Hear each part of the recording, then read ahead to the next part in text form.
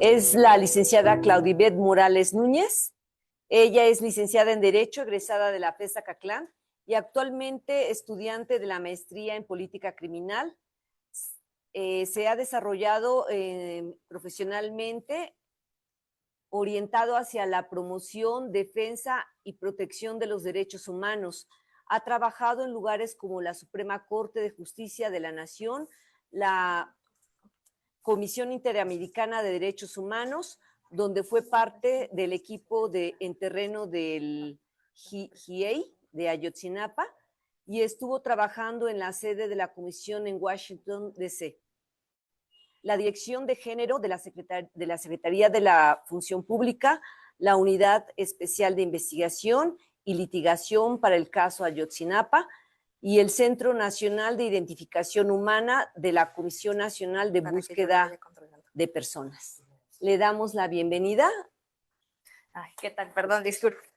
Muchas gracias. Adelante. Pues muchas gracias. Yo quiero abonar rápidamente a lo que ha sido todo este diálogo que hemos tenido. Agradezco mucho la coordinación del doctor Augusto para esta ponencia y para toda la mesa.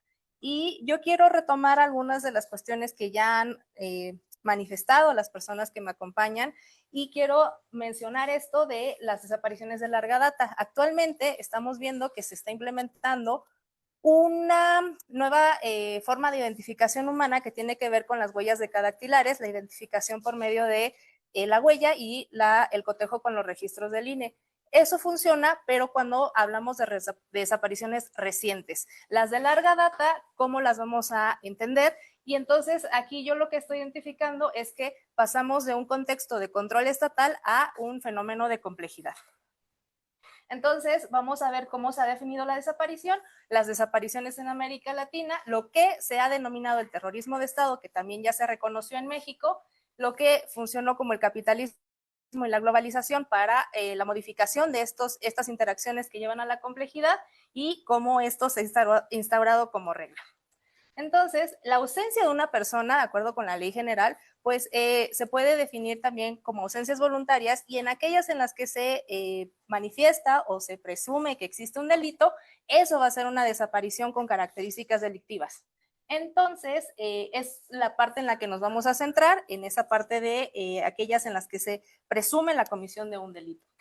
Y esta tiene dos características o digamos como dos especies. Puede ser cometida por agentes del Estado cuando es forzada o aquí en México que existe esa denominación de cometida por particulares. Es la definición legal y esto cómo ha estado o cómo se llegó a esta definición, pues hay un desarrollo histórico en el que tiene que ver la desaparición cometida en la Guerra Sucia, esto del capitalismo que les decía, los fenómenos criminales complejos y la impunidad.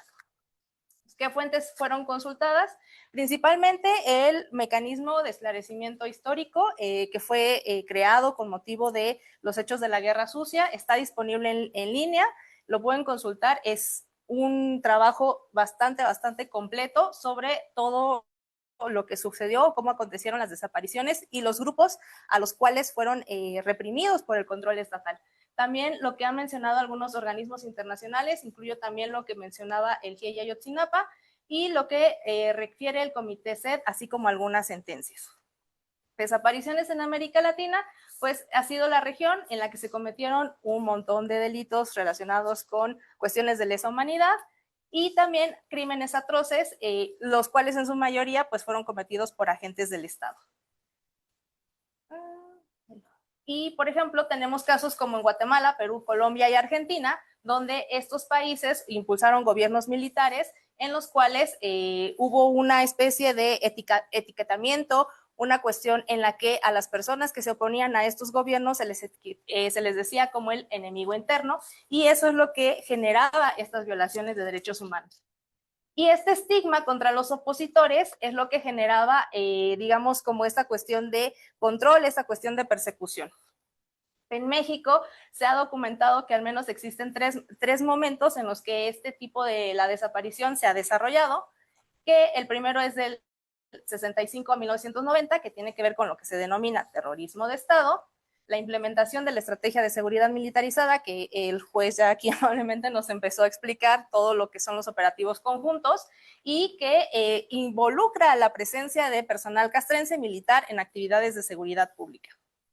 Y desde 2014, con la connivencia entre autoridades y personas involucradas con la delincuencia organizada transnacional, específicamente, ya se ha citado mucho aquí, el caso de los 43 estudiantes. Terrorismo de Estado, bueno, en 2021 se crea esta comisión para el acceso a la verdad y el esclarecimiento histórico, y en enero de 2022 se emiten los lineamientos del mecanismo para la verdad y el esclarecimiento.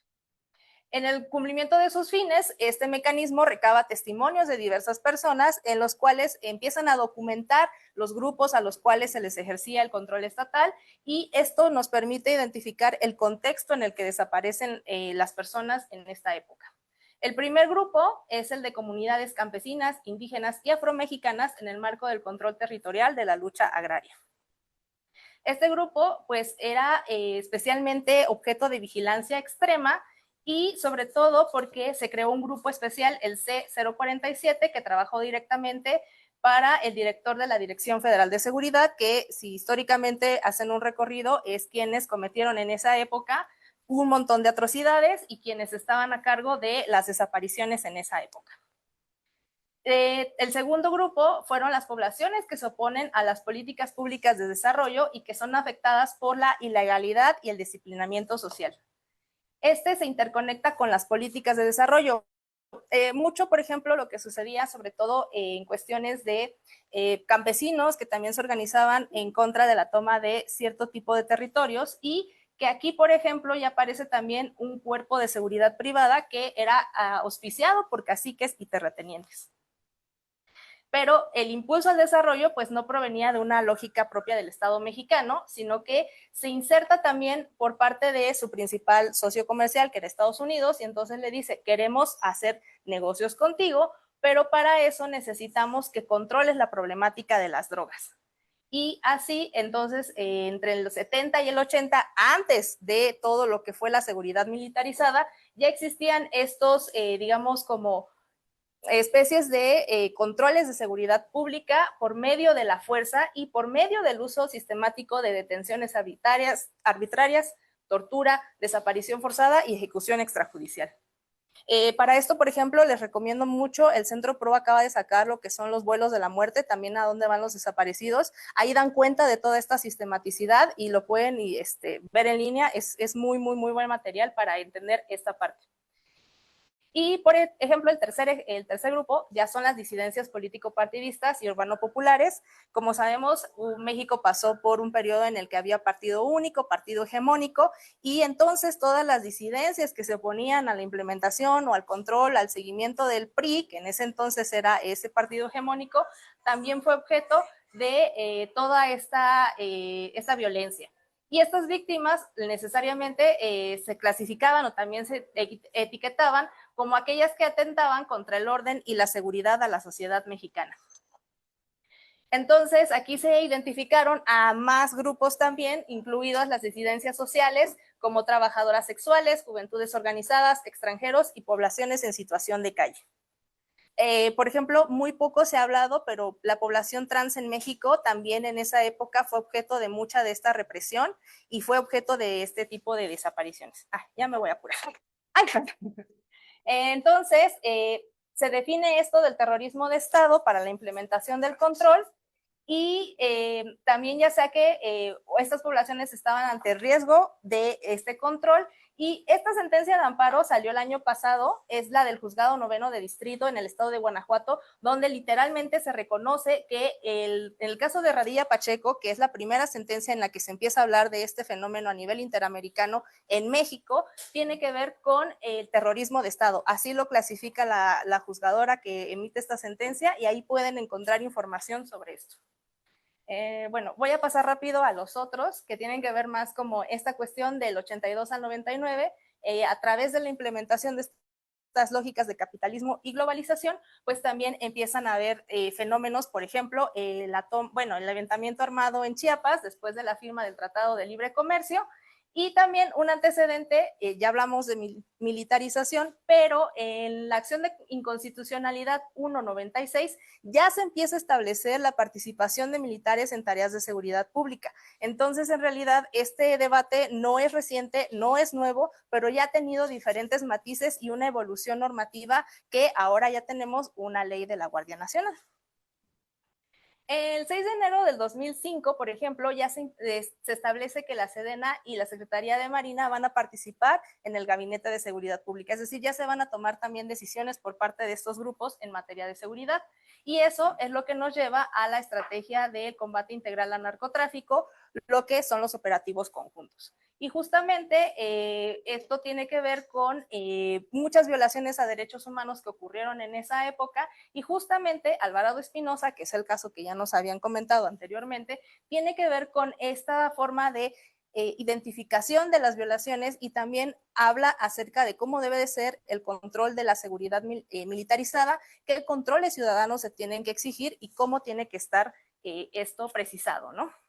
Finalmente, la complejidad como regla, pues efectivo, hablamos desde el 26 de septiembre de 2014 con la desaparición de los 43 estudiantes. ¿Por qué es complejo ya? Porque ya vemos ahí que existe esta connivencia, existe algo que le denominan la gobernanza criminal, es decir, como actores, como políticos, empresarios y delincuencia organizada, algunas veces de corte transnacional, tiene que ver o ejecutan acciones que derivan en violaciones como la desaparición y también como la ejecución extrajudicial. Entonces, ante este panorama, pues actualmente estamos viviendo ese tipo de, o esa cuestión. El México impone porque la complejidad es la regla. Al haber una interacción de esos elementos, es muy difícil identificarlos en una investigación o poder determinar una política pública que ayude a reducir, primero identificar a las personas, hacer una entrega digna hacia los familiares y también determinar las responsabilidades. Y pues eso sería todo. Muchas gracias.